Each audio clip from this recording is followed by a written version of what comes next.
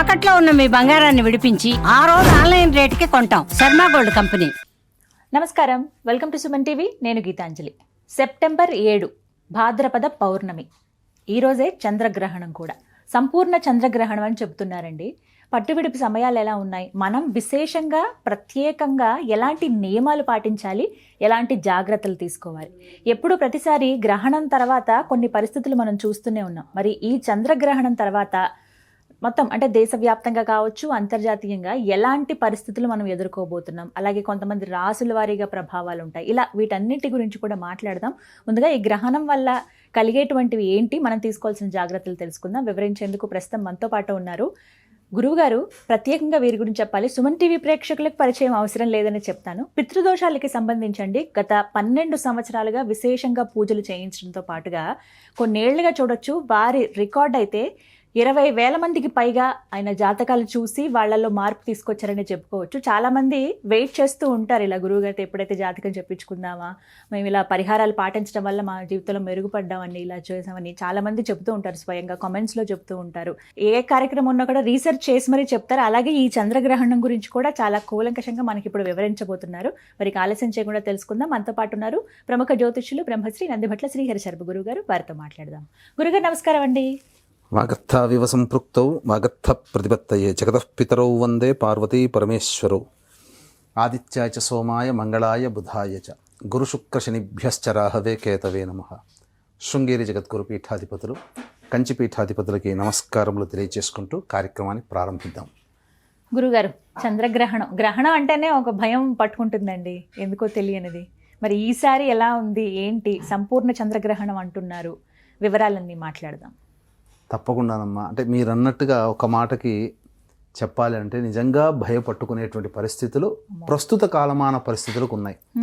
ఎందుకు అనంటే పోయిన ఫాల్గుణ మాసం మార్చి 14 మరియు మార్చి 29 ఈ 2 రోజుల్లో చంద్రగ్రహణము సూర్యగ్రహణం ఏర్పడింది. మన భారతదేశానికి సంబంధం లేకపోయినా దీని తదనంతరం విపత్తులు ప్రపంచవ్యాప్తంగా ఎదుర్కోవాల్సి వస్తుంది. మన భారతదేశం ఏమీ మినహాయింపు కాదు. ఖచ్చితంగా కొన్ని విపత్తులు మనకు కూడా ఉంటాయని ఆనాడు మనం చెప్పుకోవడం జరిగింది. చాలామంది మన భారతదేశానికి కనిపించదు కాబట్టి ఇదంతా సుత్తి సోది తప్ప ఏం లేదు, దీని గురించి పట్టించుకోవాల్సిన అవసరం లేదని అనేక కామెంట్లు పెట్టడం జరిగింది. కానీ వాస్తవ విషయానికి వచ్చేసరికి పెహల్గాం దాడి కావచ్చు, లేకపోతే ఇతరత్ర అనేక ప్రమాదాలు కావచ్చు, వందల మంది వేల మందిని కోల్పోవాల్సినటువంటి పరిస్థితి, అసలు పాకిస్తాన్కి మనకి యుద్ధం వచ్చినటువంటి పరిస్థితి ఏర్పడింది. ఇవన్నీ మన భారతదేశంలో కనిపించకపోయినా ఏర్పడినటువంటి విపరీత పరిణామాలు. అటువంటిది ఈ యొక్క భాద్రపద మాసం పౌర్ణమి రోజున ఏర్పడబోయేటువంటి సంపూర్ణ చంద్రగ్రహణ ప్రభావం మన భారతదేశంలో కనిపిస్తుంది. కాబట్టి వీటికి సంబంధించినటువంటి పూర్తి వివరణలు తెలుసుకొని తగు సూచనలు సలహాలు పాటించి పరిహారాలు ఎవరైతే చేసుకుంటారో వాళ్ళకి ఈ గ్రహణ తదనంతరం వచ్చేటువంటి విపత్తుల నుంచి వాళ్ళకి తప్పకుండా ఉపశమనం లభిస్తుంది.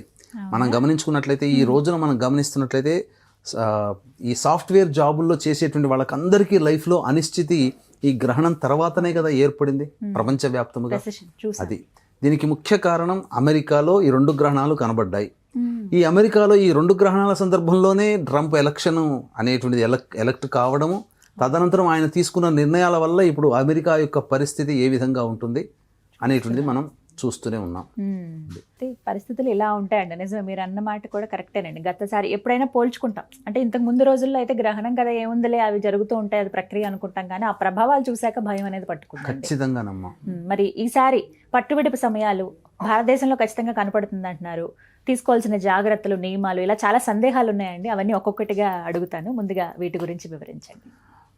పట్టు విడుపు సమయాలు కనుక చూసుకుంటే 9:57 ఈ సంబంధించినటువంటి గ్రహణం ప్రారంభమవుతుంది. మధ్య మోక్షకాలము 11:52 రాత్రి, దాదాపు 8 నుంచి 10 నిమిషాల పాటు ఆ విధంగా. అంటే మోక్షకాలం అంటే ఏంటి? సంపూర్ణముగా చంద్రుడు కనబడనటువంటి పరిస్థితి. ఇది దాదాపు 8 నుంచి 10 నిమిషాల దాకా ఉంటుంది, చాలా అతి సుదీర్ఘంగా. తర్వాత 1:27 వరకు ఈ యొక్క గ్రహణ ప్రభావం ఉంటుంది. అంటే దాదాపుగా 3 గంటల 10 నిమిషాలమ్మా. 3 గంటల 10 నిమిషాలు సుదీర్ఘమైనటువంటి చంద్రగ్రహణం, సంపూర్ణ చంద్రగ్రహణం భారతదేశం అంతటా కూడా వ్యాపించి కనిపిస్తూ వస్తుంది. ప్రపంచవ్యాప్తంగా శాతం మంది ప్రజలకి ఇది కనిపిస్తుంది. అయితే కనిపించినటువంటి ప్రదేశంలో ఆచార వ్యవహారాలు పాటించాలి. కానీ ప్రపంచవ్యాప్తముగా ఈ గ్రహణ ప్రభావము తదనంతరం కొంత పరిణామాలు సృష్టిలో చోటు చేసుకుంటాయి. ఎందుకు అనంటే గత మార్చి నెలల్లో ఒకే నెలలో, అంటే మార్చి అంటే తెలుగు సంవత్సరాల ప్రకారం ఫాల్గుణ మాసంలో 2 గ్రహణాలు ఒకే నెలలో సంభవిస్తే ఈ యొక్క భాద్రపద మాసంలో కూడా 2 గ్రహణాలు ఈ యొక్క మాసంలో ఏర్పడబోతున్నాయి. 21వ తారీఖు అమావాస్య మనకు లేకపోయినప్పటికీ సంపూర్ణ చంద్రగ్రహణం అయిన తర్వాత 21 సెప్టెంబర్ రోజున చూడామణి నామక కేతుగ్రస్త సూర్యగ్రహణం ఏర్పడుతుంది. 21వ తారీఖు మనకు కనిపించదు. ఆచార నియమాలు పాటించలేదు, అవసరం లేదు. కానీ దీని తదనంతరం కొన్ని రాశుల్లో జన్మించినటువంటి వాళ్ళకి ఏ గ్రహణం అయితే ఏ రాశిలో సంభవిస్తుందో దాన్ని బేస్ చేసుకొని కొన్ని రాశుల్లో జన్మించినటువంటి వాళ్ళకి కొంత ఇబ్బందులు సమస్యలు తప్పవు. కొంతమందికి యోగములు, కొంతమందికి మధ్యస్థంగా ఉంటాయని చెప్పవచ్చు. సుమారుగా 9:57 అంటే 10 అవుతున్నట్లుగానే ఆహార నియమాలు, ఏ సమయానికి ఆహారం తీసుకోవడం ఆపేయాలండి? రాత్రిపూట కాబట్టి ఈ సంబంధించినటువంటి వ్యవహారంలో సూర్యగ్రహణం అయితే 6 జాములు, చంద్రగ్రహణం అయితే 3 జాముల ముందు ఎటువంటి ఆహారం తీసుకోకూడదని చెప్పబడి ఉంది. అంటే ఈ చంద్రగ్రహణం రాత్రి 9:57 కాబట్టి సుమారు మధ్యాహ్నం 12:30 గంటల లోపల ఈ యొక్క భోజనాది కార్యక్రమాలు పూర్తి చేసుకోవాలి. ఇక వయోవృద్ధులు, అనారోగ్యంలో ఉన్నటువంటి వాళ్ళు, గర్భవతులు, అలాగే చిన్నపిల్లలు, వీటికి కొంత ఎగ్జంప్షన్ మినహాయింపు అనేటువంటిది ఉంది. సాయంత్రం 6 లేదా మ్యాక్సిమం 7 లోపల తీసుకోవచ్చు. ద్రవ పదార్థాలు తీసుకోవచ్చు అమ్మా. ఆ విధంగా ఫ్రూట్ సలాడ్స్ కానీ పాలు ఇలా తాగవచ్చు. కానీ ఎక్కువ శాతం కడుపులో ఎటువంటి ఆహారం ఉండకుండా సామాన్య జనం ఉంచుకునేటట్టు ఉంటే ఆ గ్రహణ శూల ప్రభావం శరీరం మీద ప్రసరించకుండా ఉంటుంది. మధ్యాహ్నానికి ముగిస్తే మంచిది, సాయంత్రం మళ్ళీ తీసుకోకుండా. ఇక ఖచ్చితంగా అందరూ అడిగేది, అందరూ భయపడేది కూడా గర్భవతుల గురించి. గర్భిణీ స్త్రీలు ఏ విధమైన జాగ్రత్తలు తీసుకోవాలండి? అసలు గర్భిణీ స్త్రీలు అన్నప్పుడు ప్రధానంగా అతి సున్నితమైనటువంటి శరీరము గర్భవతులకు ఉంటుందమ్మా. ఎందుకంటే తనతో పాటు తన ఉదరంలో భవిష్యత్తులో జన్మించబోయేటువంటి బిడ్డ ఉంటుంది. కాబట్టి అనాదిగా మన మహర్షులు, జ్ఞానులు సూచించినటువంటి విధి విధానాలు పాటించినటువంటి వాళ్ళు గర్భవతులు చాలా ఆరోగ్యంగా బిడ్డకి జన్మనిచ్చారు. కానీ ఇప్పుడు మనం చూసుకున్నట్లయితే చాలామంది తెలిసి తెలియక పల్లెటూరు ప్రాంతంలో కావచ్చు, కొంతమంది వ్యతిరేకించే ధోరణి వల్ల ఈ యొక్క గ్రహణం ఏర్పడుతున్న సందర్భంలో గ్రహణాన్ని గనక చూసినట్లయితే గ్రహణం ముర్రి వ్యాధితో జన్మించినటువంటి శిశువులు, అంటే ఈ పై పెదవి కావచ్చు, కింద పెదవి కావచ్చు, కొంత విధిగా లోపలికి నొక్కుకొని పోయి అక్కడికి కట్ అయిపోయి ముఖానికి కాస్త వికారంగా కనబడేటువంటి జన్మతో పుట్టినటువంటి పిల్లలు ఉన్నారు. మరి వాళ్ళందరి తల్లులు కూడా గర్భవతులు ఈ గ్రహణాలను చూడడం వల్లనే పుట్టింది. మామూలు సందర్భంలో ఎందుకో పుట్టరు. గ్రహణాలు లేని సంవత్సరం అంటూ కూడా ఉంది. 2020 కరోనా వచ్చిన సందర్భంలో 2020లో ఏ గ్రహణాలు లేవు. చాలా మటుకు ఇటువంటివి నమోదు కాలేదు ఎక్కడా కూడా.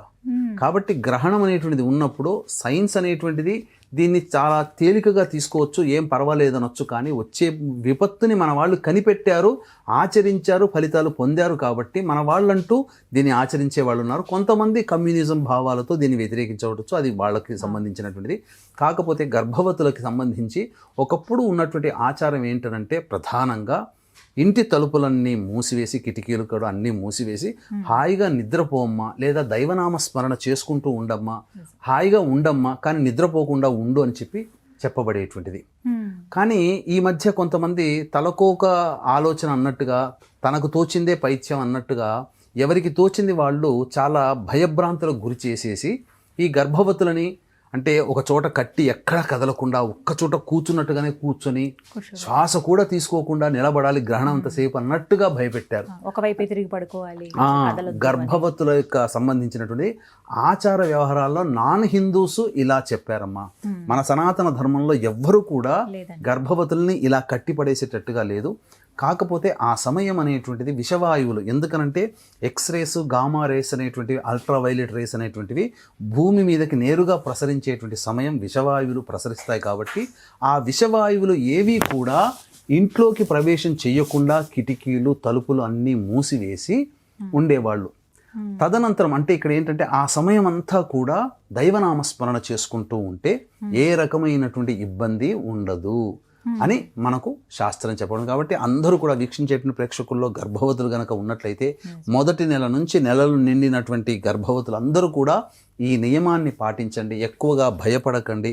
ఒకే చోట కూర్చోవాలనో మీరన్నట్టుగానమ్మా ఒకవైపే తిరిగి పడుకోవాలి, ఒకవైపే శ్వాస తీసుకోవాలి, ఇవన్నీ కాదమ్మా. మనకి ఇష్టం వచ్చినట్టుగా హాయిగా ప్రశాంతంగా దైవ ధ్యానంలో ఉంటూ ఉండవచ్చమ్మా, తప్పులేదు.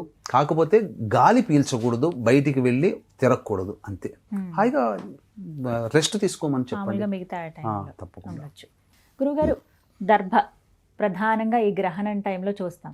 అయితే ఆహార పదార్థాల్లో చాలామంది ఏంటంటే అంత ఒక్కొక్క డబ్బా తీసి అందులో వేయాల్సిన అవసరం లేదండి, ఇలా ఒక షెల్ఫ్ ఉంటే అక్కడ పెట్టేయటము ఇలా చూస్తారు కొంతమంది.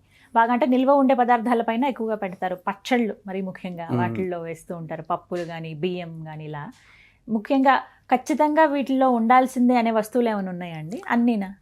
అంటే ప్రధానంగా నిల్వ ఉంచబడినటువంటి పదార్థాలు ఏవైతే ఊరగాయలు మాగాయలు ఉంటాయి కదమ్మా, వాటిట్లో అలాగే బియ్యంలో మనం నిత్యం వండుకునేటువంటి బియ్యం డబ్బాలో ఏదైనా ఇతర ఆహార పదార్థాల విషయంలో, మనం ప్రతిరోజు నీరు తాగేటువంటి విషయంలో, అలాగే ఇంటిపైన ట్యాంక్స్ ఉంటాయి, వాటర్ ట్యాంక్స్, అందులో ఈ యొక్క దర్భల్ని వాడాలి. అయితే దర్భల విషయంలోకి వచ్చేసేసరికి చాలామందికి కన్ఫ్యూజన్ ఏంటంటే గరికను కూడా దర్భ అనుకుంటారు. గరిక వేరు, దర్భ వేరు. కాబట్టి పచారీ షాపుల్లో కానీ లేదా పూజా స్టోర్లో కానీ అడిగితే ఒక 20-30 రూపాయలు పెడితే దర్భ దొరుకుతుంది. ఆ దర్భని కట్ట ఇస్తారు. ఆ దర్భని ప్రతి నిలువ ఉన్నటువంటి పదార్థాలలో, నీటిలో, అలాగే ప్రధానంగా ఈ సంబంధించినటువంటి దేవతా మందిరంలో ప్రతి పటముకి. ఎందుకనంటే మనము 20-30 సంవత్సరాలుగా ఒకే చిత్రపటాలు, ఒకే విగ్రహాల్ని మనం పూజిస్తున్నాం కదా.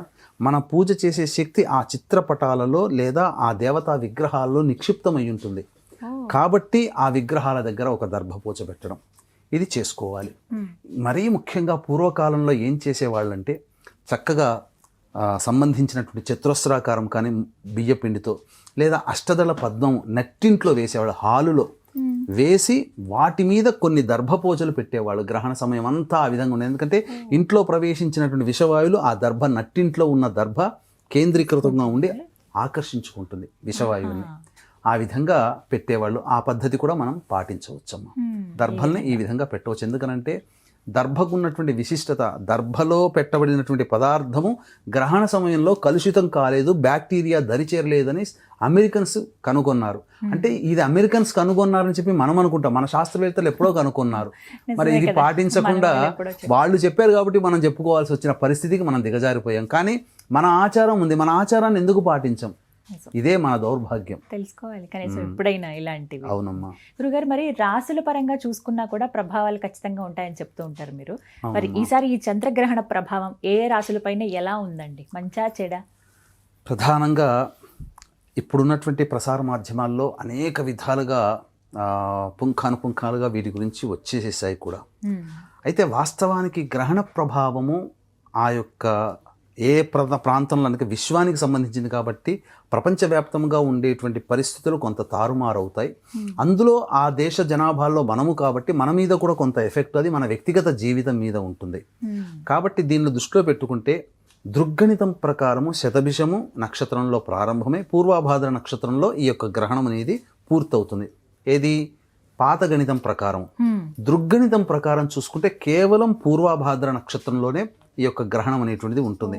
కాబట్టి ఇక్కడ అనుమానాలు సందేహాలకి తావు లేకుండా రెండు సిద్ధాంతాలని యాక్సెప్ట్ చేస్తే ఏ గొడవ ఉండదు.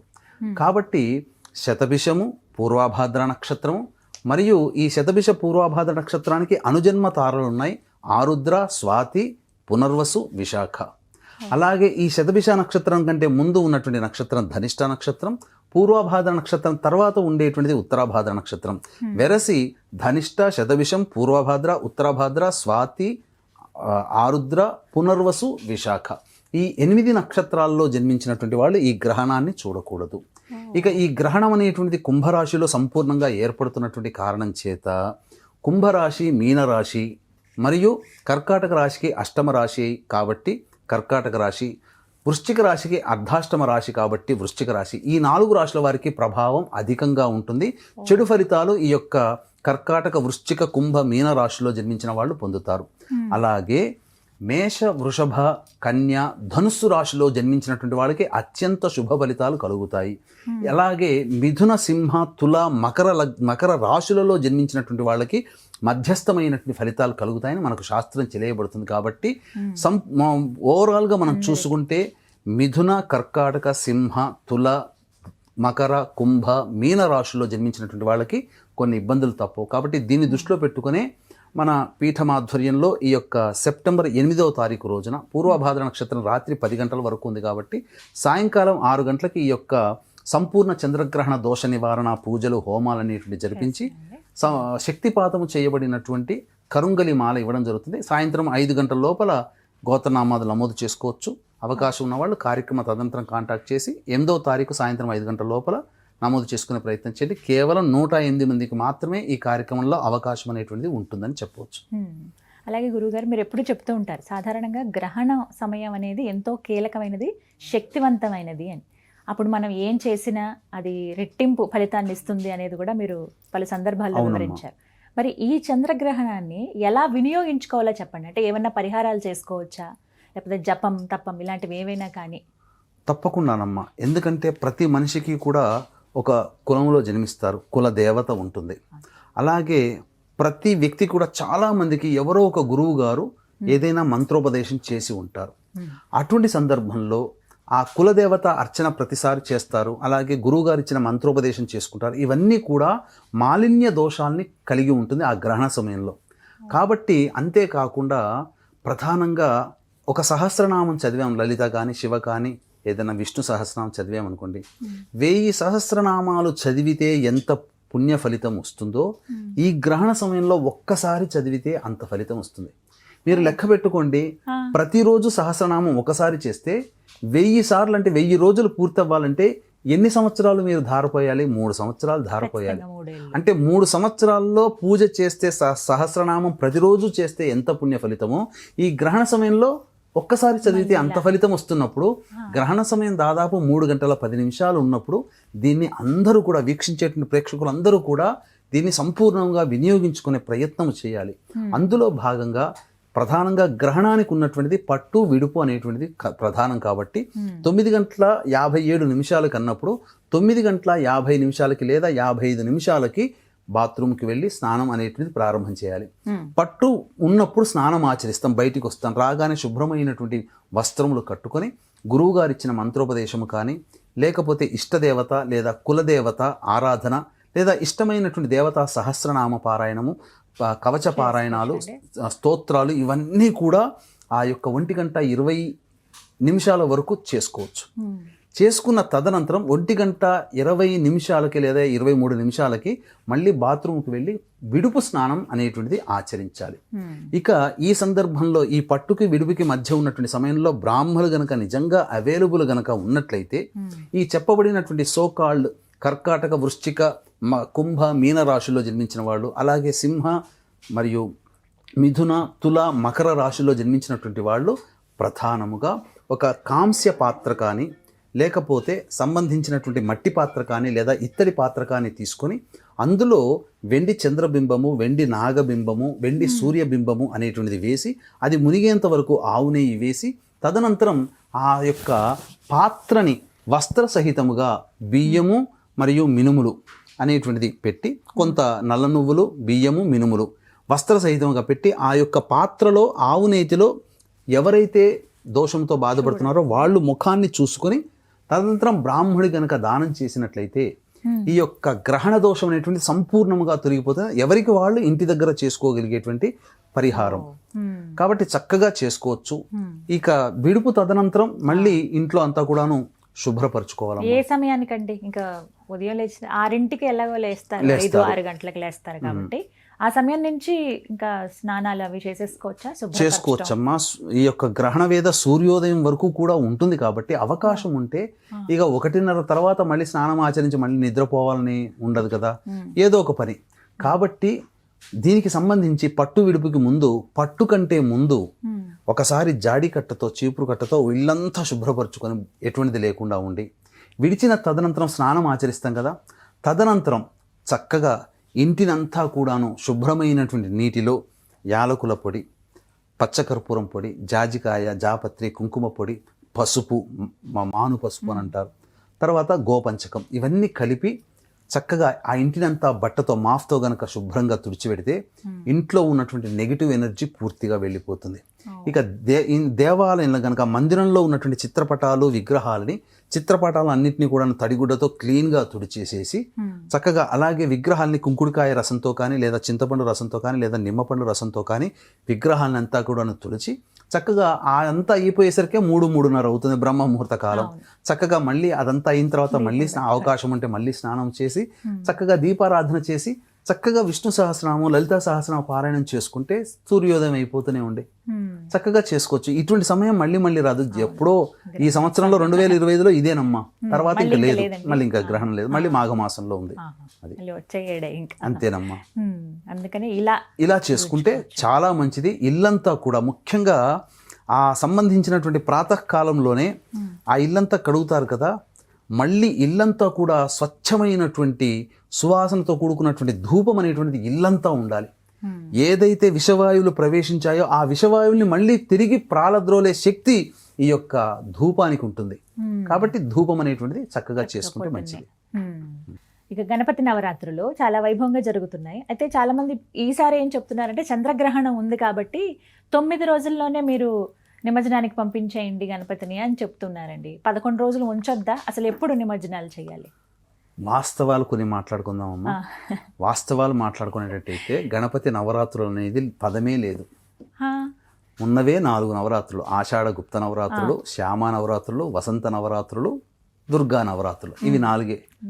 గణపతి నవరాత్రులు ఎందుకు వచ్చిందనంటే మనకు పూర్వం స్వాతంత్ర్యం రాకముందు బ్రిటిష్ వాళ్ళు షూటెడ్ షాట్ ఆర్డర్ పెట్టారు. ఎక్కడ 3 మించి ఒక చోట కలిశారు అని అంటే వాళ్ళని చంపేయండి అని చెప్పి. మరి స్వాతంత్రంలో ఎలా చేయాలి, ఎలా పథకాలు రచించాలి, ఎలా ఎవరికి మనం చేసుకోవాలని చెప్పి మన స్వాతంత్ర ఉద్యమకారులందరూ కలిసి బాలగంగాధర్ తిలక్ ఏం చేశాడంటే, ఈ పూజా మందిరం పూజలోనంటే ఎవరు భక్తిగా అందరూ వస్తారు, గుమికూడతారు, ఆ నెపంతో మనం మాట్లాడుకొని ముచ్చట్లు చేసుకొని ఏదైనా మనం పని చేయవచ్చు అనే ఉద్దేశంతో గణపతి నవరాత్రులని ప్రారంభించాడు తప్ప మనకు వేదంలో కానీ శాస్త్రంలో కానీ గణపతి నవరాత్రులు అనే పదమే లేదు. ఇది సృష్టించబడినటువంటిది. కాబట్టి ముఖ్యంగా ఈ గణపతి వ్రతం అంతే. వరసిద్ధి వినాయక వ్రతం అన్నారు, వరలక్ష్మి వ్రతం అన్నారు, ఇష్టకామేశ్వరి వ్రతం అన్నారు, అలాగే వైభవలక్ష్మి వ్రతం అన్నారు, కాత్యాయని వ్రతం అన్నారు. వీటన్నిటికీ 9 రోజులు చేస్తున్నామా? ఒక్కరోజే చేస్తున్నాం. అలాగే ఇది కూడా వరసిద్ధి వినాయక వ్రతం ఇది. కాబట్టి ఒకరోజు పండుగనే చేస్తూ వస్తుంది. పైగా ఇప్పుడు మంటపాల్లో పెట్టేటువంటి 100కి 95% ఈ యొక్క ప్లాస్టర్ ఆఫ్ ప్యారిస్తో. దేవతాశక్తి ఎలా వస్తుంది ప్లాస్టర్ ఆఫ్ ప్యారిస్లో?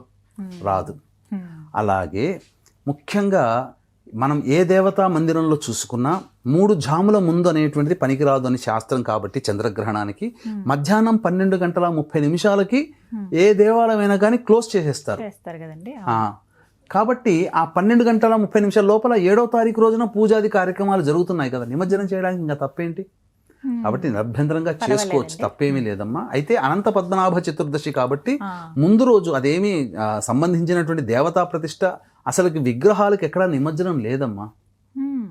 మనం చేస్తున్నాం అంతే. విగ్రహాలకి, ప్రతిష్ఠించిన విగ్రహాలకి లేదు ఇది. కాబట్టి మనం పెట్టుకున్నాం కాబట్టి తీసివేయాలి. కాబట్టి ఇది ఆచారంలో భాగంగా వచ్చిందే. కానీ ముఖ్యంగా వీటికి నవరాత్రులు అనేటువంటిది 9 రోజులు అనేటువంటి చేశారు. 6వ రోజు వస్తుందండి చతుర్దశి, 6వ తారీఖు. 6వ తారీఖు వస్తుంది. 6వ తారీఖు చేసుకోవచ్చు, నిమజ్జనం చేసుకోవచ్చు, తప్పులేదు. ఖైరతాబాద్ వినాయకుడు, పెద్ద వినాయకుడు పెట్టేవాళ్ళంతా 6వ తారీఖే చేస్తున్నారు. కాబట్టి దీంట్లో ఏం తప్పులేదు, ఇబ్బంది ఏం లేదంటారు.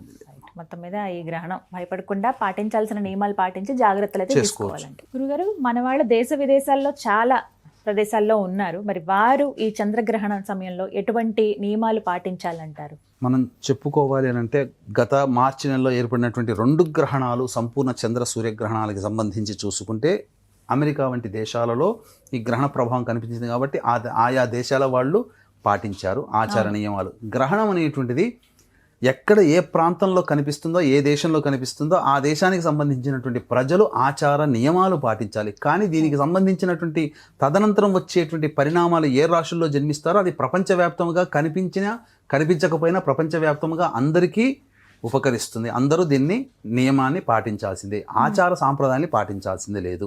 కాబట్టి వీక్షించేటువంటి ప్రేక్షకులు కూడా అమెరికా, మిడిల్ ఈస్ట్ కంట్రీస్, ఇలాంటి తదితర దేశాల్లో ఉన్న వాళ్ళు ఎవ్వరూ కూడా ఈ యొక్క గ్రహణానికి సంబంధించినటువంటి కనిపించదు కాబట్టి వాళ్ళు ఏమీ నియమాలు పాటించాల్సిన పని లేదు. కానీ రేపు 21 సెప్టెంబర్ రోజున వచ్చేటువంటి కేతుగ్రస్త సూర్యగ్రహణం ఏదైతే ఉందో అది న్యూజిలాండ్, ఆస్ట్రేలియా, అంటార్కిటికా ఖండము, ఫిజీ వంటి దేశాలలో ఈ యొక్క గ్రహణం ఏర్పడుతుంది. కాబట్టి ఆస్ట్రేలియా సంబంధించి న్యూజిలాండ్, ఫిజీ దేశాలలో, అంటార్కిటికా ఖండంలో ఉన్నటువంటి దేశాల్లో ఉన్న వాళ్ళు ఎవరైతే ఉంటారో వాళ్ళకి మాత్రం సూర్యగ్రహణ ప్రభావం ఉంటుంది. కాబట్టి వాళ్ళు ఆచార నియమాలు అప్పటి ప్రాంతాన్ని బట్టి ఆ సమయాన్ని బట్టి చేసుకోవాలి. కాబట్టి సర్వే సర్వత్రా ఈ 2 గ్రహణాలు ఒకే నెలలో భాద్రపద మాసం వస్తుంది. భాద్రపద మాసం అంటేనే లయం చేసుకునేటువంటిది. కాబట్టి భవిష్యత్తులో సంబంధించి కొన్ని విపరీత పరిణామాలు కొంత మనం చవి చూడక తప్పదు అని చెప్పవచ్చు. చాలా జాగ్రత్తలు అయితే చెప్పారు, తీసుకోవాలమ్మా. అయితే ఇంకా ఏమైనా పరిహారాలు చేసుకుంటే మంచిదంటారా? మానమాతృగా అంటే ఏదో ఒక తపన తాపత్రయం ఉంటుంది, ఒక భయం ఉంది, అలాగే బాధ్యతగా ప్రతి ఒక్కరూ ఆచరించవలసింది ఏంటండి? అంటే ఇంతకుముందు చెప్పుకున్నట్టుగా గ్రహణం అనేటువంటిది ఒకసారి సహస్రనామం చదివితే 1000 సార్లు సహస్రనామం చదివిన ఫలితం వస్తుంది. కాబట్టి మనము సాధారణంగా ఆ సమయాల్ని మనం వదులుకోకూడదమ్మా. కాబట్టి చాలామంది ఇప్పుడున్నటువంటి పరిస్థితుల్లో నరఘోష, నరదృష్టి, అలాగే ప్రయోగ బాధలకు ఎక్కువగా గురవుతున్నారు చాలామంది. ప్రతి కుటుంబంలో ఈ ప్రయోగ బాధలు, ఇటువంటి కారణాల వల్ల దాని నుంచి రక్షించుకోవాలి, మన మీద ఉన్నటువంటి ప్రయోగం తొలగిపోవాలి అని అంటే ఖచ్చితంగా గ్రహణ సమయంలో నృసింహదేవత ఉపాసన కానీ, సుదర్శుని దేవత ఉపాసన కానీ, ప్రత్యంగిర దేవత కవచ పారాయణం కానీ చేసుకోవాలి. ప్రతి వ్యక్తికి కూడాను ఆ యొక్క ప్రయోగం అనేటువంటిది తొలగిపోతుంది. ఇక తదనంతరం చాలామంది ఆ యొక్క సమయంలోనే దానాది కార్యక్రమాలు చేయాలి. కానీ దానాది కార్యక్రమాలు చేయడానికి మధ్యరాత్రికి అందరికీ ఓపిక ఉండదు. కాబట్టి తెల్లవారే, ఎందుకనంటే గ్రహణం ఏర్పడుతున్నటువంటి నక్షత్రం పూర్వభాద్ర నక్షత్రము మరుసటి రోజు అనగా 8వ తారీఖు రాత్రి 10 గంటల వరకు కూడా ఉన్నటువంటి సందర్భంలో ఆ యొక్క గ్రహణ నక్షత్రం అప్పటి వరకు ఉంటుంది. కాబట్టి 8వ తారీఖు రోజున ఉదయాన్నే లేవగానే కాలకృత్యాదులు తీర్చుకొని చక్కటి మట్టి పాత్ర కానీ, కాంస్య పాత్ర కానీ, ఇత్తడి పాత్ర కానీ, ఒక చిన్న ప్లేట్ లాంటిది బౌల్ లాగా ఉంటే సరిపోతుంది, తీసుకొని అందులో వెండి చంద్రబింబము, వెండి సూర్యబింబము మరియు ఈ వెండి సంబంధించినటువంటి సర్పబింబము ఇవి వేసి అది మునిగిపోయేంత వరకు ఆవు నెయ్యి వేసి, అలాగే శక్తి గనక ఉంటే బియ్యము కిలోంబావు, మినుములు కిలోంబావు, నల్ల నువ్వులు కొన్ని, తరువాత ఒక శ్వేత వస్త్రము, ఇవన్నీ ఒక చాటలో పెట్టి దానిపైన ఇస్తరాకు వేసి ఆ విస్తరాకు పైన ఈ చెప్పబడినటువంటి బింబాలతో ఆవు నెయ్యితో నిండిన పాత్రను పెట్టి సంకల్పం బ్రాహ్మణు ద్వారా చెప్పించుకొని తదనంతరం తన యొక్క ముఖాన్ని ఏ దోషంతో బాధపడుతుంది, దోషం ఉన్నా లేకపోయినా 12 రాశుల్లో జన్మించిన వాళ్ళు తీసుకోవచ్చు. దీని ప్రకారం సంపూర్ణ చంద్రగ్రహణ ప్రకారం అయితే మిథున, కర్కాటక, సింహ, తుల, మకర, కుంభ, మీన రాశుల్లో జన్మించిన వాళ్ళు చెప్పబడి ఉంది. నా లెక్క ప్రకారం అయితే ఒక్కొక్క రాశిలో జన్మించిన వేరే వేరే లగ్నాల్లో జన్మించి ఉంటారు. కాబట్టి 12 రాశులలో జన్మించినటువంటి వాళ్ళకి కూడా కొంత దోషం అనేటువంటిది ఆపాదించబడుతుంది. ఈ 12 రాశుల్లో జన్మించినటువంటి వాళ్ళు ప్రతి కుటుంబంలో అయితే అందరూ కూడా ఆ యొక్క ముఖములో ఆ బింబము, ఆ యొక్క ఆవు నేతిలో ముఖము చూసి బ్రాహ్మణుని దగ్గరికి వెళ్ళైనా లేదా బ్రాహ్మణుని ఇంటికి పిలిపించైనా కానీ సంకల్పము చెప్పి దక్షిణ సహితముగా దానము చేసి స్వయం పాక దానం గనక చేసినట్లయితే తప్పకుండా గ్రహణ దోషం అనేటువంటిది తొలగిపోతుంది.